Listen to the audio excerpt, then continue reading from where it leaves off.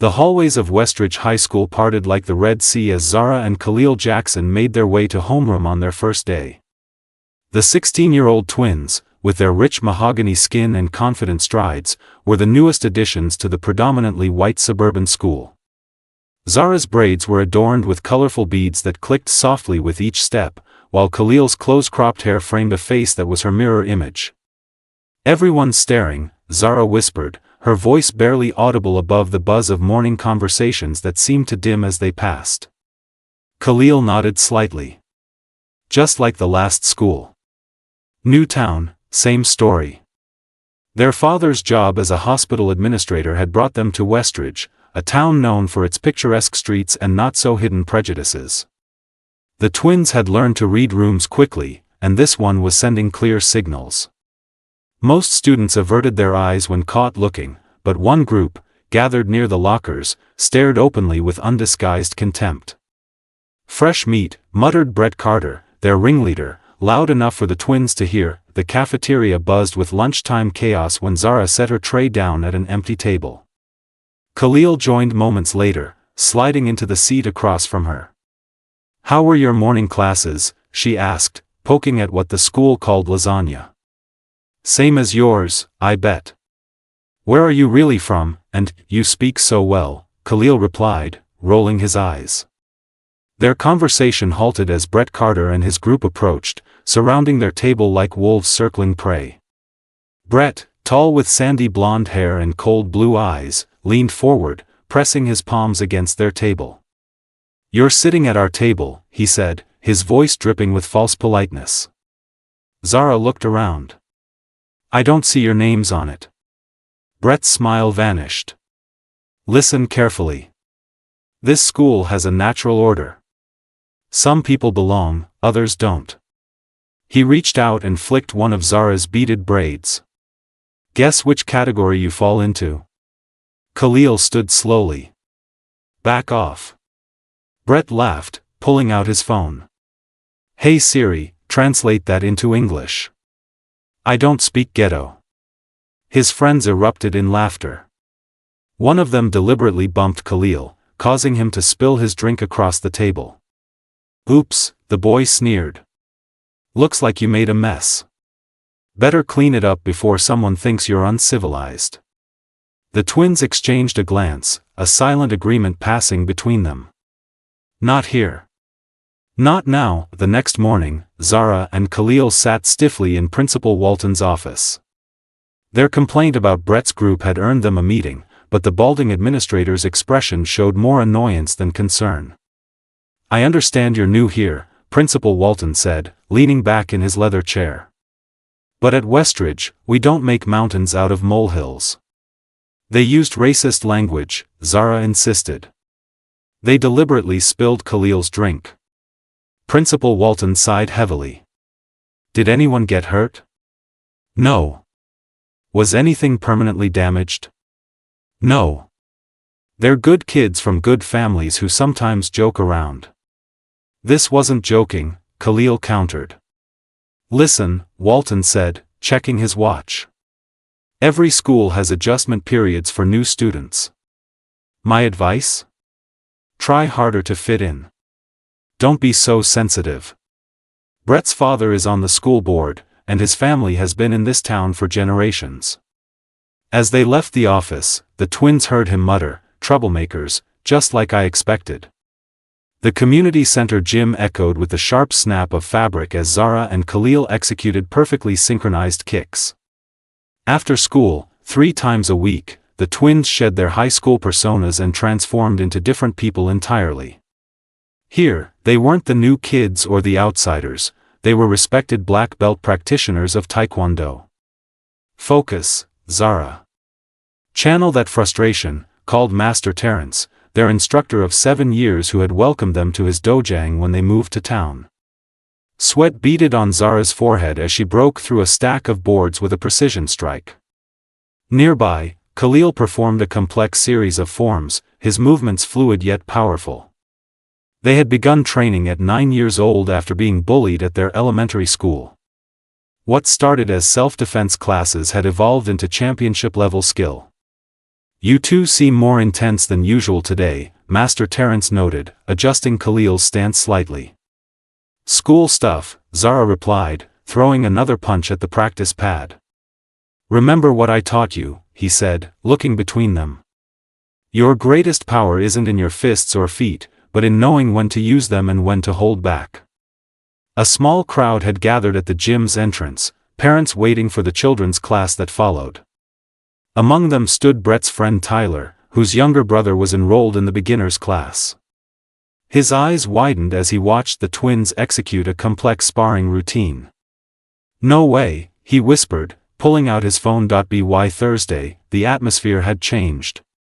Brett and his friends now watched the twins with a mixture of hostility and wariness.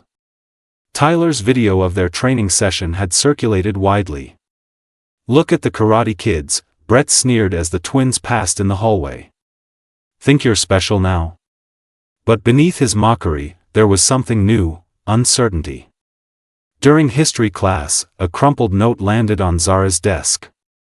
She unfolded it carefully, her expression hardening at the crude drawing inside, two stick figures with exaggerated features being beaten, with racial slurs scrawled across the page.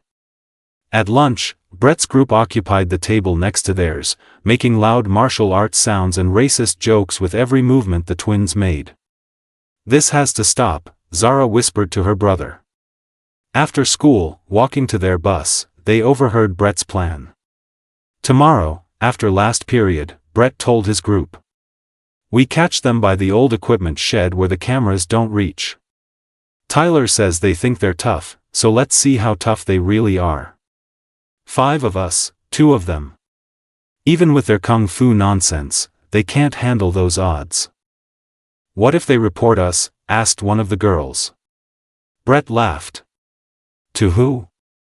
Walton? He made it clear whose side he's on. Besides, it'll be their word against ours. Friday afternoon cast long shadows as Zara and Khalil walked across the back field, taking the shortcut home. They had discussed avoiding this route but decided against it.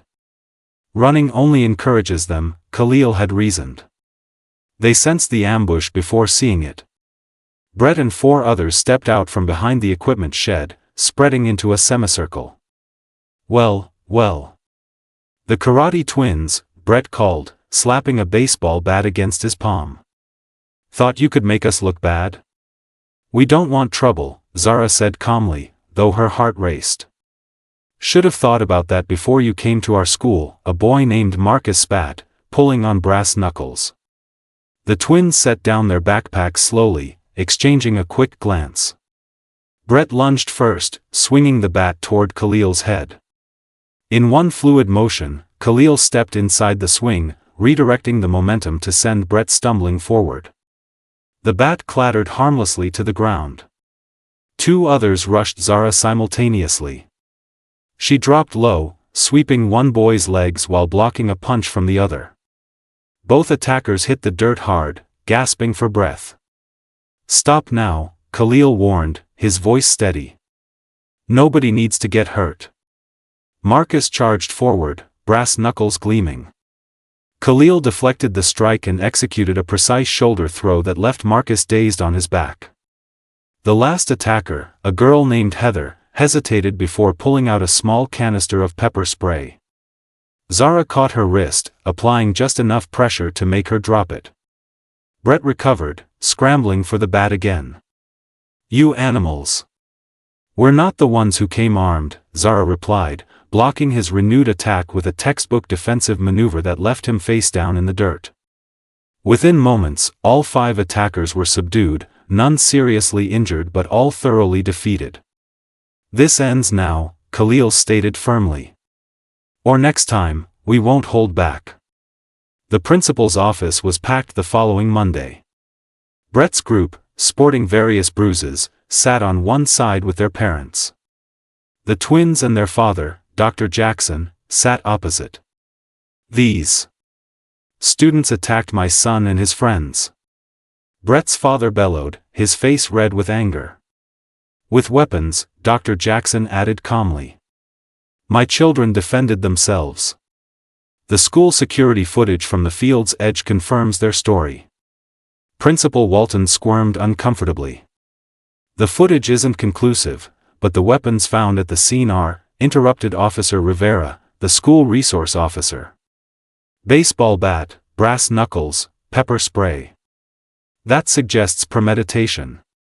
This is outrageous, Brett's mother protested. These people move into our community and bring violence, these people? Dr. Jackson's voice remained measured but carried undeniable authority. My children are honor students and state-level martial arts champions who never initiated any conflict. Principal Walton cleared his throat nervously. 5-day suspensions for Brett's group. And mandatory counseling. And the hate crime charges? Officer Rivera asked pointedly. The school auditorium hummed with tension as families filed in for the emergency community meeting. 1 week after the confrontation, the incident had divided Westridge. Some parents defended Brett's group, claiming boys will be boys, while others demanded accountability for the racist behavior that had escalated to violence. Dr. Jackson stood at the podium, his presence commanding respect. We're not here to point fingers, he began. We're here because our community has a problem that affects all our children. Brett's father attempted to interrupt, but Mayor Chen, moderating the meeting, silenced him with a raised hand. The evidence is clear, continued Dr. Jackson. This wasn't just a schoolyard scuffle. It was targeted harassment based on race that culminated in an armed attack. Several parents nodded in agreement. Others shifted uncomfortably. Ms. Patel, a teacher, approached the microphone. I've witnessed similar incidents in my classroom. Many students of color don't report them because they don't believe anything will be done. The meeting continued for hours. Painful truths emerged as more families shared experiences of discrimination within the community. Some parents became defensive, others listened with growing understanding. We need concrete actions, suggested Mrs. Washington, the community center director. Anti-bias training for staff. Revised disciplinary policies. A student diversity council with real authority. To everyone's surprise, Brett's mother approached the microphone. My son was wrong, she admitted, her voice breaking. And I was wrong for defending his behavior. 1 month later, Westridge High School had undergone noticeable changes. The hallways displayed new posters announcing the school's zero-tolerance policy for discrimination. Principal Walton, after facing pressure from the school board, had implemented mandatory cultural sensitivity training for all staff and students.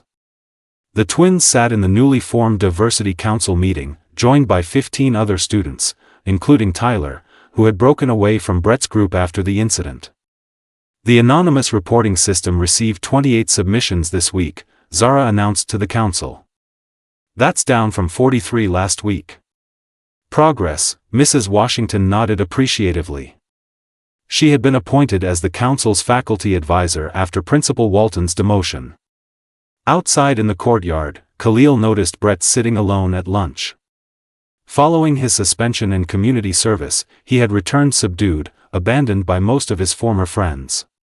After the meeting, Khalil approached him cautiously. Council meetings open to everyone, he said, stopping at Brett's table. If you're interested. Brett looked up, surprise evident on his face.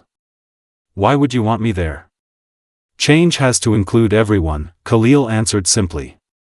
Even people who made mistakes.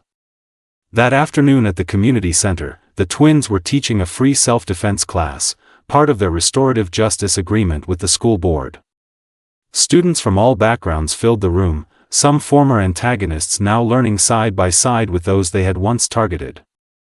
As Zara demonstrated a technique, she caught her brother's eye and smiled.